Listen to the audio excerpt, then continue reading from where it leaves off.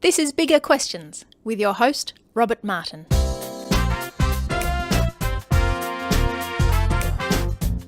Welcome to Bigger Questions. Today's big question: what wisdom is gained from mountaintops? Now, we usually record Bigger Questions before a live audience in Melbourne's CBD, but instead today I'm at the top of Mt Dandenong, 35 kilometres east of the Melbourne CBD, for a special recording. My guest today is Dr. Simon Angus. Simon is a senior lecturer in economics at Monash University. He has described himself as a specialist generalist. His research is united thematically by complexity science. Simon also serves as a lay pastor at City on a Hill, Melbourne. He's accompanying me on our walk up Mt Dandenong, and he joins me now. Welcome, Simon. G'day, Rob. Thanks for having me. Great that you can join us. It's a lovely view up here on the top of the mountain. Yeah, I think it expresses beautifully how flat Melbourne is and how high this hill is with this climb. That's right. We've climbed it, and yes. Now, Simon, you're a specialist generalist. Is that because you get bored easily?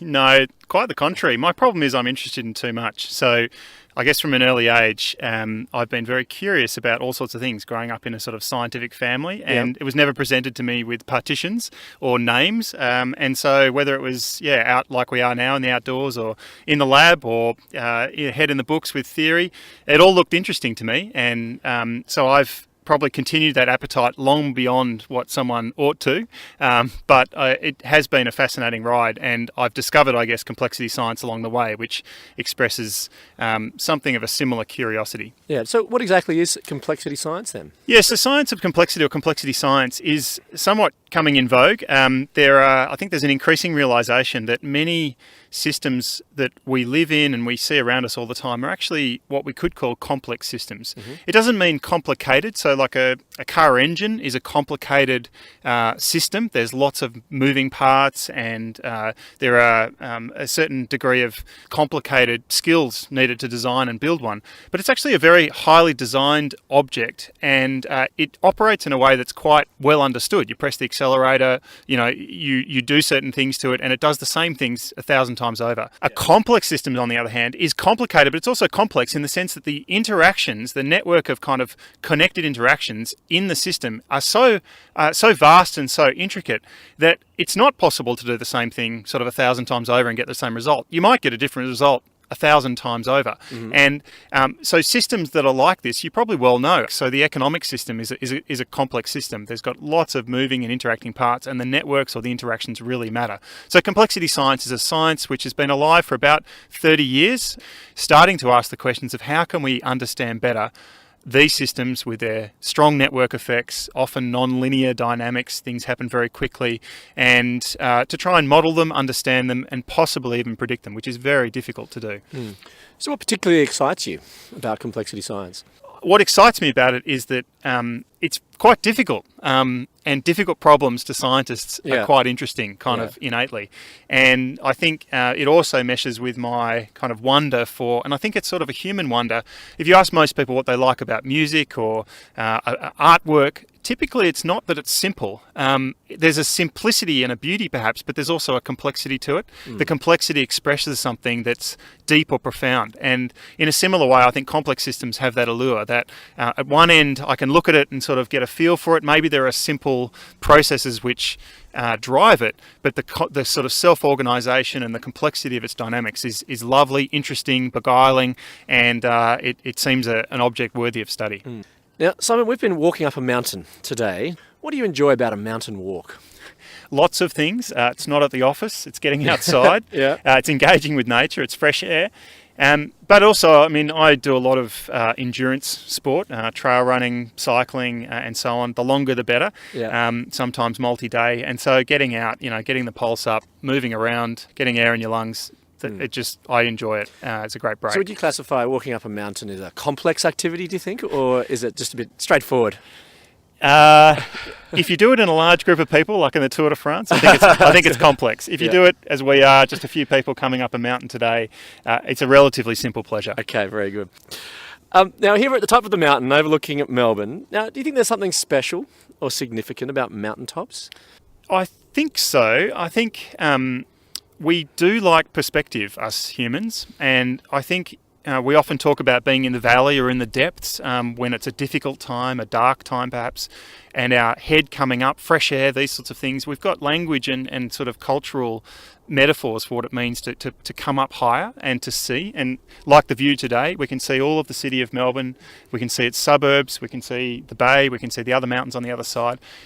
It's very difficult to come up here and not be struck by the new perspective it brings, it somehow makes the granularity of life more understandable. And so I think there is something special about the perspective that mountains bring. There's also the kind of hard work of climbing up, which I think adds their own sense of, sometimes we get ideas and so on when we're working hard, but I think it's this perspective that I think mountains really bring, and the idea that we're a little higher, a little further away, a little more distant. We can reframe the world in a different way. I suppose we could almost appreciate the complexity of the city from up here. You can see different elements of the city that all function together, but you can see it now. By coming higher, you can actually gain that perspective. Indeed, and we're all Google people now. I think that's the beauty that you could spend, and I know people who actually spend hours just looking at Google Earth, Google Maps, just for the perspective. It's fascinating, and I think in a similar way, while we've done it probably a bit more honestly, climbing the mountain, we do love it, and I think exactly right. We can see the complexity of Melbourne laid out. Now, as part of your complex life, you describe yourself as a scientist. Science is part of your complexity. So do you like science? Yeah, I love it. Yeah. I think there's lots of reasons why I like it, but probably principally I discovered recently, relatively recently, I was reflecting on this question myself for my own means. I was thinking, why is it that I enjoy science? It's because I think I like exploring and adventuring in the real world, and I realised that science, we don't, when we're kind of exploring and investigating knowledge and trying to come up with new knowledge, so to speak, we realise that actually it's kind of like once you know something in science, it usually leads to a whole bunch of new questions. It's unlike, therefore, climbing mountains or getting to some point in space, the sort of National Geographic expedition to go and get to the South Pole or climb some mountain. Once you've got there, as heroic and wonderful as that is, you've made it. It's done. Yeah. Whereas in science, actually, that exploration, that adventure never ends. We sort of believe that human knowledge or the knowledge that's in the world is never ending, is infinite, if you like. And so there is no end. There's no final point. There's no finish line to the scientific project. And whilst in one sense that can feel a bit demoralising, like my work will never be done, in another sense that's tremendously exciting. It's as if you're in a world that's been created without limits. This mental world, this knowledge scape, and that's very exciting. And more than that, these discoveries. Typically, we're in the business because we're trying to learn things which will improve not only the understanding of ourselves, but improve the lives of others. And I suppose it also keeps scientific academic journals alive as well, doesn't it?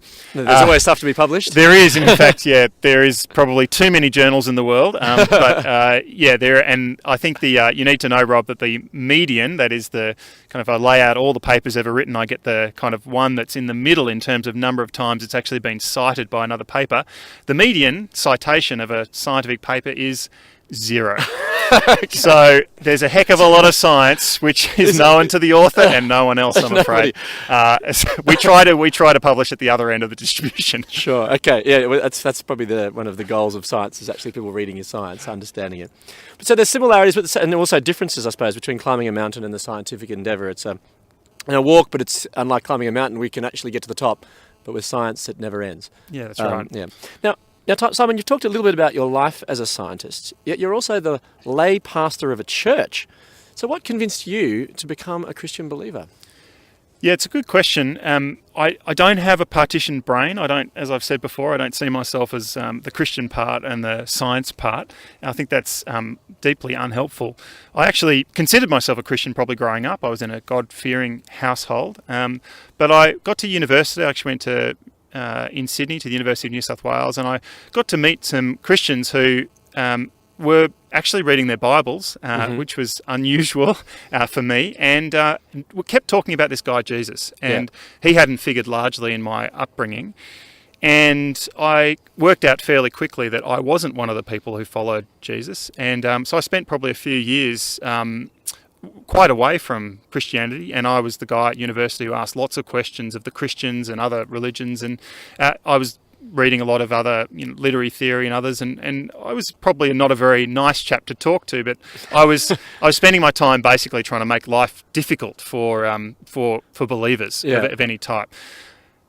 Then about the end of third year, I wanted to put this question to bed. It was niggling, and I kept meeting these people. And something about the Christians particularly was their lives were uncharacteristically different. And, at university you meet people of different political and other persuasions. But even the Marxist or the deep feminist didn't seem actually to have such a embeddedly changed life as the Christians I met. And I sort of had this niggling question: why would you do that? Why would you change in such a way? And I wanted to put it to bed, so I thought, well, Christianity is one of those religions this should be easy for because it claims to be historical. So I'll go to my massive university library, hire out some books, particularly books written by non-Christian authors, so they weren't subject to bias. I was with my scientific hat on. And I read a bunch of texts over one summer, and I had a list of questions actually, which started with, was Jesus even a real historical figure? Yep. I settled that one fairly quickly in the affirmative. Yep. And I moved through to can we believe and trust the histories about him in the Gospels, and then did he really die? It actually seems important to the Christian story that he died a real death. Yep. And then obviously, did he come back to life? And at the end, I remember quite clearly one night in my kind of dorm room at college with a stack of books next to me, and I'd spent this time thinking and reflecting about it and processing, and it was a very private thing. I hadn't told any of these people that I'd been talking to about this journey. Yeah. I came to this sort of quite difficult and uncomfortable realization that the explanation that Jesus rose from the dead by the power of God was the most reasonable explanation for the Jesus event, what had happened then. It's clear many historians acknowledge something special happened. What exactly and why is kind of a debate. But I thought, no, the biblical account, the gospel account, and then what happened in the lives after, and it all coheres with this theory that actually this was a special death and a very special resurrection, and it did actually happen in history. And from then it was almost like a light going on in history, in biblical history, that's one thing I knew, and that light started shining out through both forward and backwards in the Bible as I thought, well, that kind of validates and makes everything else true, because if I'm going to believe that God raised a king from the dead, a future king of a new heavens and new earth, well then I've got a fairly, there's not much that this God cannot do, and in fact that makes sense of everything else he promised and said in the rest of the Bible. And so then I felt, unlike all the rest of my studies, a real baby in this area, and I kind of put myself into all sorts of training and teaching and study about the Bible and about Christianity, because I then just had this enormous thirst for a whole new area of knowledge, and my curiosity again was piqued, and I must say that as I've kept growing and understanding Christianity, Christianity is not the question you resolve once. It's a kind of a question you resolve many times of many days. Am I still walking with Jesus? Is it still the way the fork in the road is presented many times over?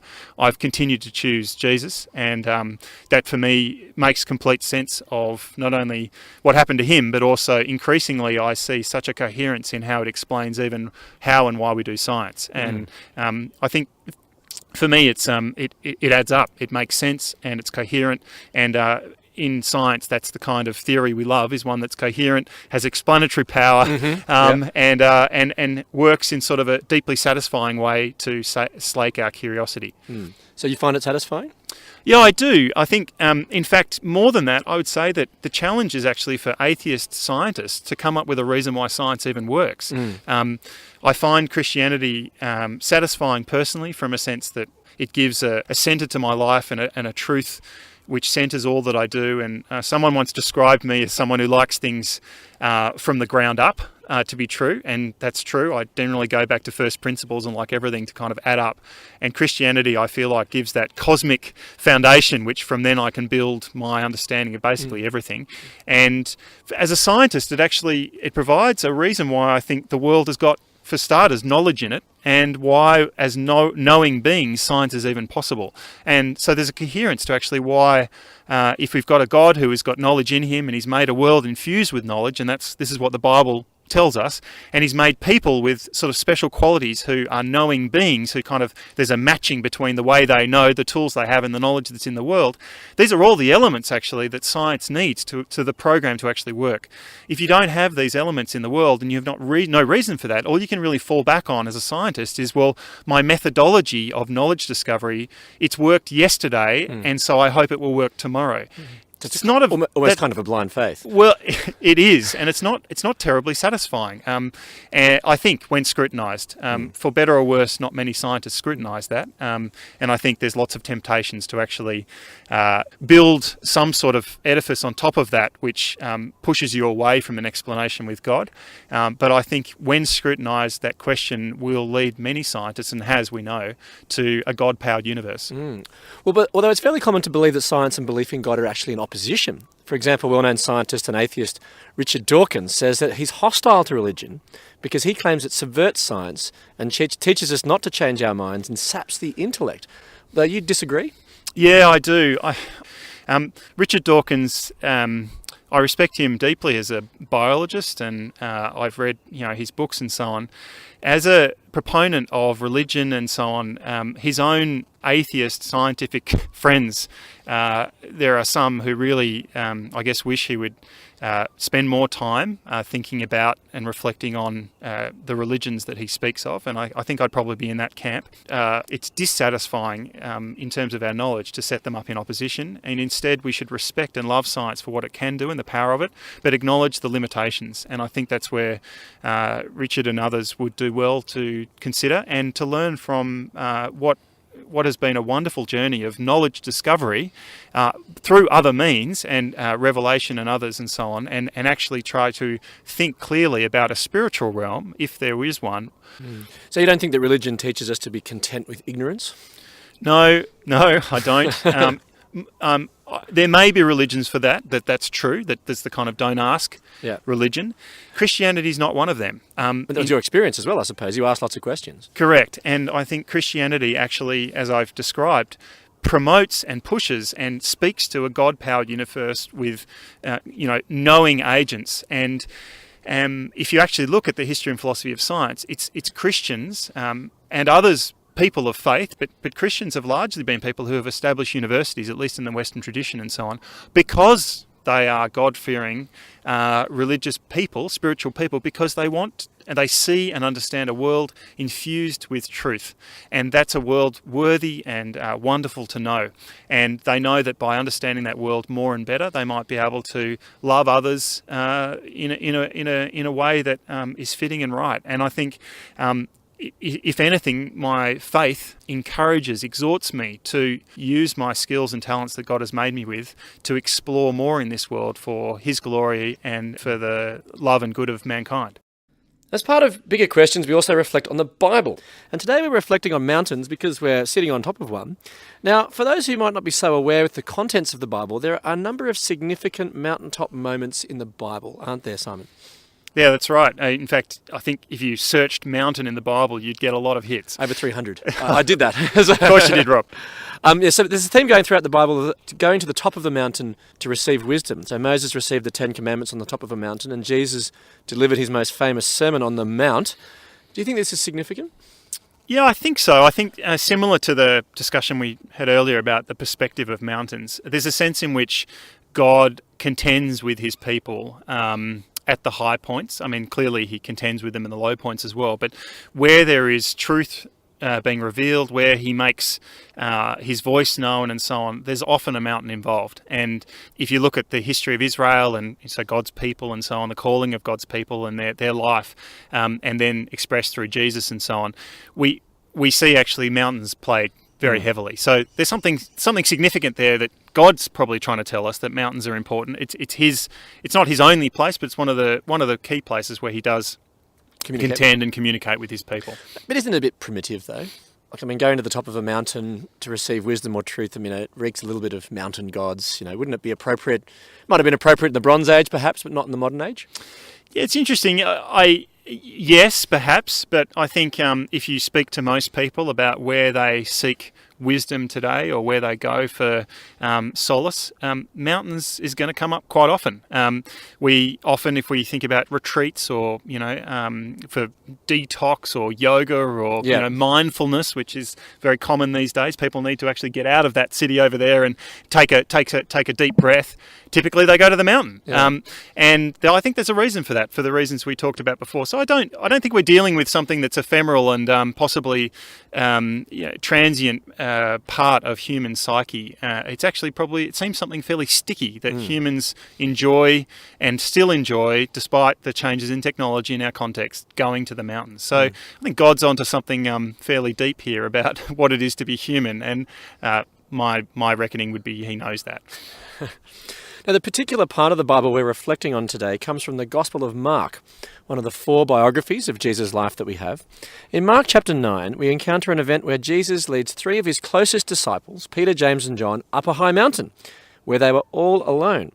There he was transfigured before them. His clothes became dazzling white, whiter than anyone in the world could bleach them. So, Simon, what's happening here? Yeah, it's an interesting moment in the life of Jesus, but also in the mates he takes with them to the mountain. It seems like there's something very special that Jesus wants to bring these guys into, that they will see and witness, and they'll come to a deeper understanding of Him through this experience. And we know that from the rest of the Bible, the letters and the experiences of some of these guys as they lived out their lives after the death and resurrection of Jesus, that coming back to this mountaintop experience is actually it's on their minds, and it sometimes is explicit in the text. So this is one of those milestones in the life of Jesus, an important one. Kind of like a mountaintop experience in some ways. Definitely. Yeah. Then in verse 7, something really strange happens. It says, "Then a cloud appeared and covered them, and a voice came from the cloud. 'This is my son whom I love. Listen to him.'" What do you make of this? Yeah, well, I think we're to understand that this voice is God. This is not the first time that God has spoken over or to His Son in His life. The idea of listening to Jesus, not just as a teacher, but potentially as a prophet, someone who knows and understands the Word of God and explains it to the people of God. This also, I think, comes back to something that God promised would happen in someone to come, a prophet who would come back in Deuteronomy when talking to Israel, to His people, that God would raise up someone like Moses, a prophet who would be able to speak God's truth to His people. And I think, so what seems to be happening is that as the Israelites at the time, the Jewish people at the time looking at Jesus, they had in their mind probably that God was bringing someone who might be a king, who might be a servant, or there'd be a servant to come, or there'd be a prophet to come. What seems to be happening is God is laying all these titles on one man. It's not 3 people to come or 4 people to come. It's a prophet, it's a king, and it's a servant. They're all in the one person. And I think God in this particular passage is actually explaining and showing to these other friends of Jesus, this is the prophet. Not only is he the king, the suffering servant, but he is also the prophet. All of these things come true in him. They find their yes in Jesus. And when he speaks my truth. When he lives my truth. And that's why you should listen to him. And exactly, that's why you should listen to him. So what difference has listening to Jesus made in your life? As someone who lived my life in the pursuit of truth in a very real way, I mean, my life... my family was very scientific, many PhDs. My father had very many publications, and as do my sister and brother. But people even read them. Yes. They have. He's made important contributions, as my brother and sister have as well. There wasn't really it wasn't that there was no other option for me, but personally I decided there was no other option than to do this truth thing, this pursuit of knowledge thing, because it was just, I don't know, it's part of our DNA. It was just something I was interested in. Listening to Jesus actually, it completes and puts to rest an uneasiness that I guess I'd always carried with me, which was I felt like I knew a lot about various things, and I was curious about them. I had explanations and understood the model and the method and the theory for many things, many natural phenomena in our world. But the whole spiritual realm, the God part, the kind of mystical, sideshow that seemed to be this whole thing, it seemed to keep coming up, and not just externally, but in my own life. I reflecting on my own experiences, my emotions, the way kind of I self-reflected on things, what happened to me. I guess I carried with me, and as I think all people do, a sort of an uneasiness, a restlessness about what it all means at the deep down. What's really down deep in the truth of the world, and I think that sort of inner curiosity when I started really listening to Jesus. And this is not just my experience, this is a very common experience. The simple act of opening up a Bible, even to Mark, it's actually my favourite gospel, starting at the start and reading it through, people tend to be changed. There seems to be something special about these words, and Jesus' words particularly seem comforting, and listening to him seems to put to rest and at ease that restlessness that we've carried with us. And so in a very deep sense, I feel like listening to Jesus is not optional for me. It's an important part of actually being Simon, and having a sense of not only direction but peace about my world and how I act and interact with it. It's a lens through which I understand everything. So we should listen to Jesus. But so what kind of wisdom is being brought here then? Well, I think it's specifically to the friends Jesus brings with him. It's the wisdom that you may not have yet completed your picture of who this Jesus is. And to be honest, Jesus doesn't often explain very clearly at this point who he is and his mission. He's a bit coy about that. There seems an intentionality to him wanting to withhold that message, because I think he's concerned actually that people will get immediately the penny will drop. They'll think that he's the king, and they'll think, oh, well, that obviously means he's going to bring a revolution with force and power. And I think he's concerned about that. He knows that his way is actually to go to the cross. But that being said, I think it is important for him in his ministry and for these people to know that once again, this is God the Father expressing something very special and important about his son Jesus, that he really is someone to listen to. He does have the truth of God.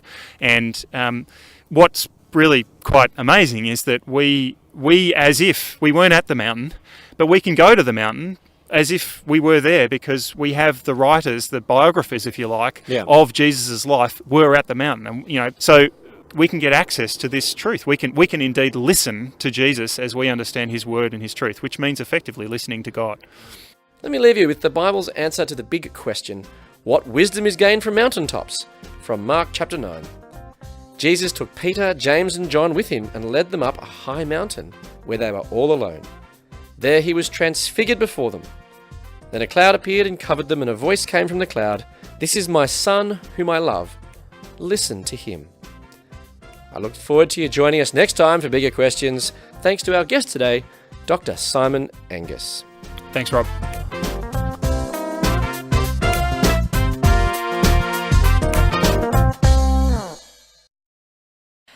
Enjoy bigger questions? You can help us keep asking them for as little as $1 a podcast. Support the show. Go to patreon.com/biggerquestions.